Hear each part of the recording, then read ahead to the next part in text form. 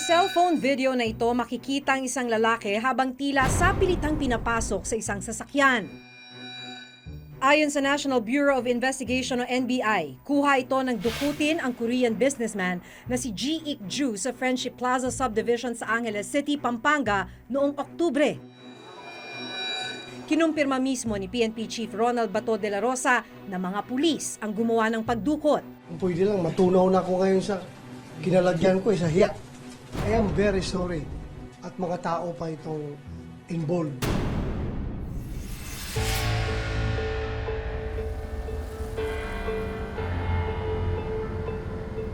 Ang biktima pinatay mismo sa loob ng Camp Crame ang punong himpilan ng kapulisan. Lumalabas sa investigasyon ng NBI na sa parking space na ito pinatay si Ji-ik Ju noong October 18, 2016. Kalimitan, ang mga pumaparada dito ay mga miyembro ng media dahil yan lang ang opisina ng PNP Public Information Office kung saan tumatambay ang mga taga-media. Tatawid ka lang ng kalsadang ito ay headquarters na ng Philippine National Police. Hindi rin naman nalalayo ang opisina ng Anti-Illegal Drugs Group dahil sa dulo lang ng maikling kalsadang ito ay headquarters na mismo ng AITG.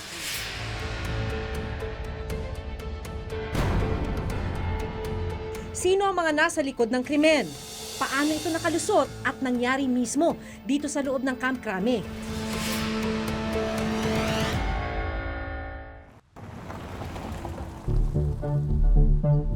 Sa investigasyon ng NBI, October 18, 2016, alas 9 ng umaga, pumunta ang ilang tauhan ng Anti-Illegal Drugs Group ng PNP sa bahay ng Korean businessman na si Ji-ik Ju sa Friendship Plaza Subdivision. Ang eksenang ito ang nakuna ng cellphone video. Makikitang nagpupumiglas pa ang biktima habang isinasakay sa itim na sasakyan. Si Ji ang nagmamay-ari ng sasakyang ito.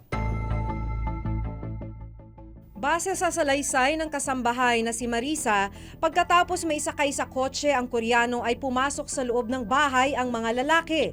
Kung pagbabasihan ng report ng Angeles City PNP at batay sa blotter report ng asawa ni G, lumalabas na nawawala sa kwarto ni G ang mga alahas na nagkakahalaga ng 300,000 pesos, mga pasaporte, Korean bank passbook at 200,000 pesos na cash. Pagkatapos nito ay isinakay rin sa sasakyan ng Koreano ang kasambahay.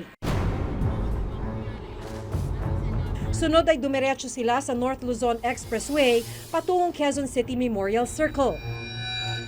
Nilagyan raw ng damit sa ulo ang kasambahay na si Marisa. Nagpaikot-ikot raw sila rito bago sila magtungo sa loob ng Camp Crame. Dumiretso raw sila sa likod ng Police Community Relations Group o PCRG office sa Camp Crame. Saan dito pinatay? Where here exactly? Dito? So dito siya pumarada. Oo. Ilang sasakyan? Ang pagkakalam, isa lang. So ibig sabihin, pumarada dito, pagkatapos pinatay sa loob ng sasakyan. Yes. Hindi po pinatay sa loob ng AIDG. Dito sa sasakyan. Dito sa sasakyan. Oo. Ayon pa sa salaysay ni Marisa, pagdating sa Camp Crame ay inilipat siya sa ibang sasakyan. Samantala, dinala raw ang kasambahay na si Marisa sa Cubao, Quezon City at saka ibinaba at binigyan ng 1,000 piso.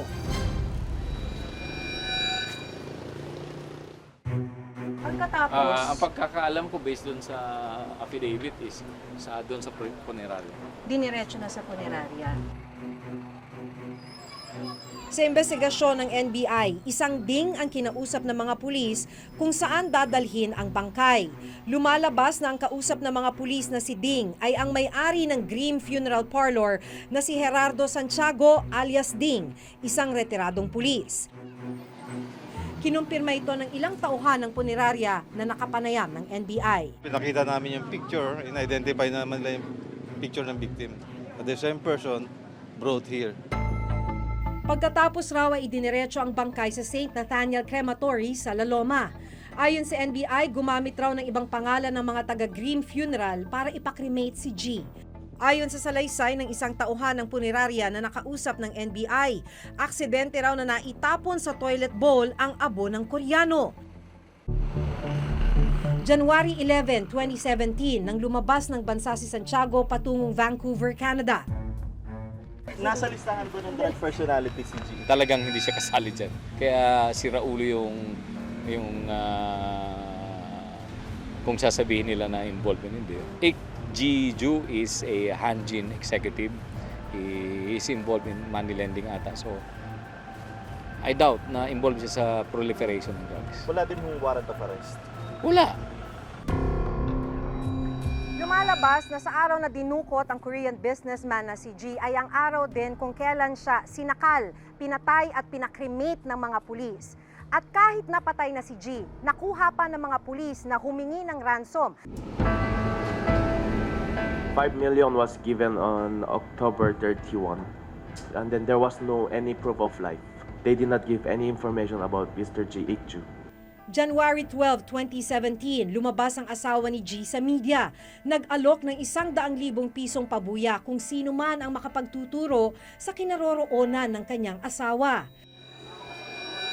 Kinumpirma mismo ni PNP Chief Ronald Bato de la Rosa na mga pulis ang gumawa ng pagdukot. Kung pwede lang, matunaw na ako ngayon sa kinalagyan ko, sa hiya. I am very sorry. At mga tao pa itong involved. Unang lumabas ang pangalan ni SPO3 Ricky Santa Isabel na siyang kumukumpas umano sa pangingidnap. Pinangalanan rin ang iba pang di umano'y sangkot sa krimen na sina SPO4 Roy Villegas at Superintendent Rafael Dumlao. January 16, 2017, sumurrender sa NBI si Santa Isabel. January 19 nang magtungo naman sa Green Funeral Parlor ang mga tauhan ng anti-kidnapping group ng PNP. Dito natagpuan ng golf set na pagmamay-ari umano ng biktima. Ordinarya, kagabi, nakita natin itong gold set which was identified ng message ng ating kidnap victim. January 20, naglabas ng warrant of arrest ang Angeles City Regional Trial Court, Branch 58, laban kina Santa Isabel, Villegas at 5 iba pa na kinilala lang sa tawag na alias Police, alias Jerry, Sir Dumlao, isang alias Ding at si Ramon Yalong. January 21, isang presko ng ipinatawag ng asawa ni SPO3 Ricky Santa Isabel na si Jinky. Sa pahayag ni Jinky, sumusunod lang daw sa utos ng mga nakatataas sa kanya, si Santa Isabel. Ang pinaka-mastermind dyan, based din sa aming recorded conversation at matagal ng subject nila, Attorney Rafael Dumlao, yung Koreano na yan, ay ang nagplano po talaga niyan ay yung kanyang boss na si Attorney Rafael Dumlao. Sa isang CCTV footage mula sa NBI, makikita ang isang lalaki na di umano'y si Santa Isabel kasamang isa pang lalaki habang nagwi-withdraw ng pera gamit raw ang ATM ni G. Hindi po yan totoo kasi yung taong nagwi-withdraw sa ATM, hindi po ganyan magporma yung asawa ko. Maitim po yan, ang asawa ko po maputi at gwapo. Sa patuloy na pag-iimbestiga ng PNP, lumabas na ang isang kotseng ginamit raw sa surveillance sa bahay ni G ay kotse ng asawa ni Santa Isabel na si Jinky. Ilang beses raw nagpabalik-balik ang kotse sa Friendship Plaza Subdivision pero ayon kay Jinky, pineke lang daw ang plakang nasa CCTV. Sa isa pang presko ni Bato de la Rosa nitong Martes, iginiit niyang bukod sa mga pulis ay may 2 pang NBI civilian agent at asset na sangkot umano sa pangingidnap kay G. Meron naman tayong source din sa NBI na nag-confirm na talagang NBI asset yun at driver pa nga ng isang director daw doon. So, kinoconfirm naman nila.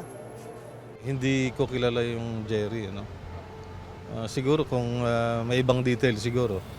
And based on our pre-charge investigation evaluation, we find probable cause to indict Police Superintendent Dumlao and SPO4 Villegas on as to the criminal case. It will be the anti-kidnapping group that will pursue that particular case.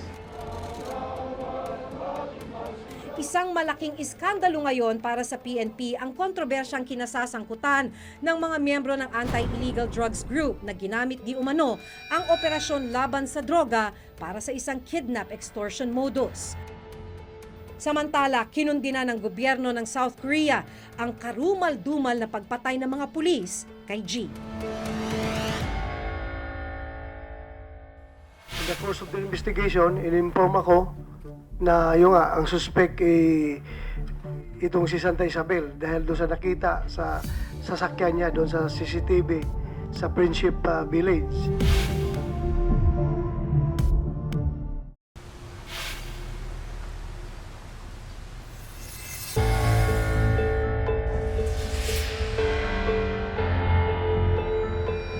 Ang pagdukot sa Korean businessman na si Ji Ik-ju na pinatay sa loob mismo ng Camp Crame, nag-iwan ng maraming katanungan kung paano binabantayan ng PNP ang kanyang sariling hanay. Kung sa mismong bakuran nila ay may kayang gumawa ng karumal-dumal na krimen. Tila nagamit raw ang laban kontra droga para isagawa ng ilang mga pulis ang kanilang kidnap for ransom. Ayon sa NBI, pinalitaw raw na sangkot sa droga si Ji Ik-ju. May gwardiya tayo dyan, 20%. Pero hepe mismo ng anti-illegal drugs group ng PNP ang nagsabi na walang warrant of arrest laban sa Koreano at hindi siya sangkot sa kalakaran ng droga. Nalulungkot kami sa nangyari, no? Law enforcers, men in uniform, naging scalawags. Ang mandato nila is to protect and serve. Baligtad, karumal-dumal na krimen at nasira nila yung imahe ng pulis. Kaya kami talagang nalulungkot kami, no? Yung frustrations namin again na dito na naman. Isang major crime committed by law enforcers inside Camp Crame with impunity. Hindi itong unang pagkakataon na na-question ang operasyon ng ilang mga pulis kontra droga. Ang ilan sa mga pulis sumailalim sa investigasyon ng Philippine National Police Internal Affairs Service. July 7, 2016, napatay sa loob mismo ng kanilang detention cell sa Pasay City Police ang mag-amang Rene at JP Bertes. Matapos ang ginawang investigasyon ng PNP-IAS, inirekomendang kasuhan ng murder sina Balo at Tomas. Preliminary investigation pa lang po ito, hindi pa po ito na ipa-file sa kaso as a criminal case. Technical po yun. Kaya patuloy pa rin po na malaya at nagsisilbi sa ating kapulisan yung mga pulis na involved sa kaso na ito. Bandang alas 11 ng gabi ng September 8, nakita sa CCTV footage na hinarang ang dating OFW na si Mark Culata ng mga pulis sa isang checkpoint sa Tanza, Cavite habang sakay ng kanyang motorsiklo. Isinakay si Mark sa police mobile habang dinala naman ang kanyang motorsiklo ng isa pang pulis. Pero makalipas lamang ang 5 oras, September 9, 2016, natagpuang wala ng buhay si Mark sa ilalim ng Lambingan Bridge sa Tanza, Cavite. May tama siya ng bala sa ulo at iba pang parte ng katawan, nakamasking tape ang bibig at may karatulang "Pusher ako." Ayon sa spot report ng Tanza PNP, may natagpuang 2 sachet ng pinag-inilang shabu sa tabi ni Mark. Hanggang ngayon, iniimbestigahan pa rin ng PNP Internal Affairs Service kung may paglabag sa ginawang operasyon ang mga sangkot na pulis. Ang isa sa pinakamalaking kasong kinasangkutan ng mga pulis ay ang pagkakapaslang kay Albuera Leyte Mayor Rolando Espinosa sa loob mismo ng kanyang selda sa Baybay Leyte Sub-Provincial Jail noong November 5, 2016. Nanlaban daw si Mayor Espinosa habang hinahainan ng search warrant ng mga taga Criminal Investigation and Detection Group o CIDG Region 8. Naglabas rin ng NBI ng naging resulta ng isinagawa nilang parallel investigation sa pagkamatay ni Mayor Espinosa. Malinaw raw na wrap out, pinagplanuhan at hindi shootout ang ginawang pagpatay kay Mayor Espinosa at isa pang inmate na si Raul Yap. Sinimula na ng PNP-IAS ang preliminary hearing para matukoy kung may naging paglabag sa operational procedures ang mga pulis. Ayon sa IAS, sa Pebrero ay maglalabas na sila ng rekomendasyon kung dapat sampahan ng kaso ang mga sangkot na pulis. O sabihin ko ako, naniwala ako sa pulis. Kasi kami mga mayor, mga congressman, sino man paniwalaan nila? Ang pulis o ang kriminal? O yung mga suspetsa na ano? Ako, ano yung sinabi ng pulis? Yun ang totoo sa akin.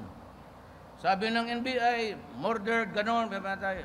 Sabi, pulis, sir, lumaban yon.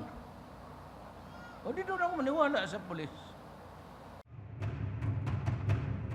Pero ayon sa Volunteers Against Crime and Corruption, tila nagagamit ang mga gantong pahayag ng Pangulo para abusuhin ng ilang pulis ang kanilang kapangyarihan. We are expecting now is to hear from the President na yung another statement na ikondena niya yung mga ganitong pagkakataon. Kasi again, itong marching orders, pronouncement ni Presidente is subject to abuse by other law enforcers, scalawags na mga membro ng PNP.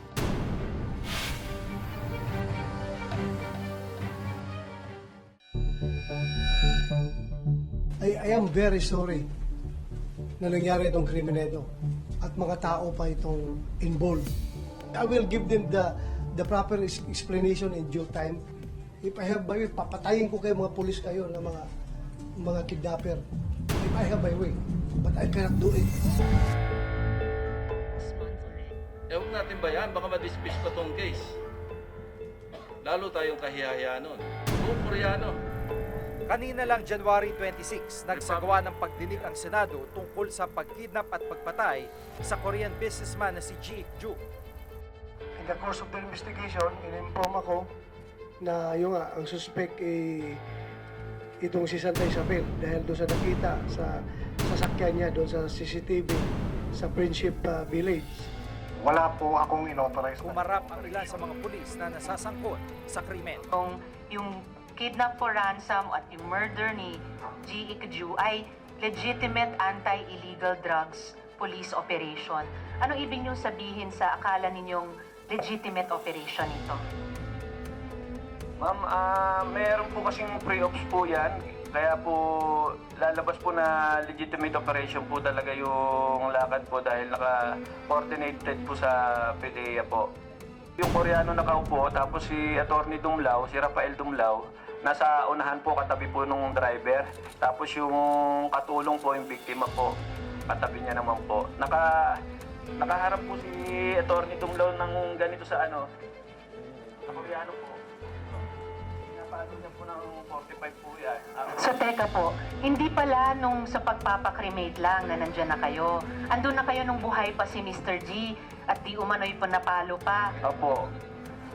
Wala po akong inauthorize na ganyang operation.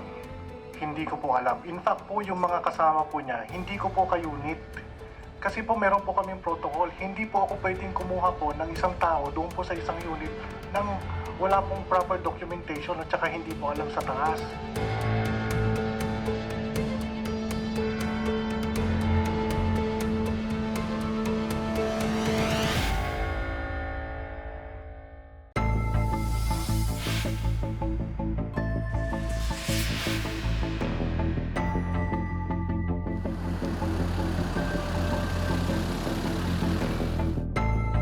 Minsan na ring sinabi ng mga kinauukulan, basta walang kinalaman sa droga, wala raw dapat ikabahala sa kaliwat kanang patayan.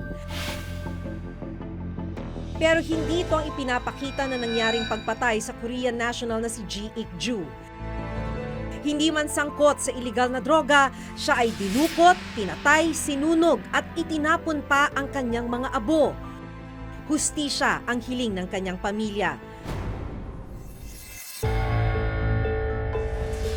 Sa huli, kailangan masiguro ng mga mamamayan na ang mga taong nanumpang pagsisilbihan at poprotektahan sila ay hindi gagawa ng kasamaan at magiging tapat sa kanilang sinumpaan. Sa nangyaring iskandalo ngayon sa PNP, malinaw na may mali, malinaw na kailangan ng reforma.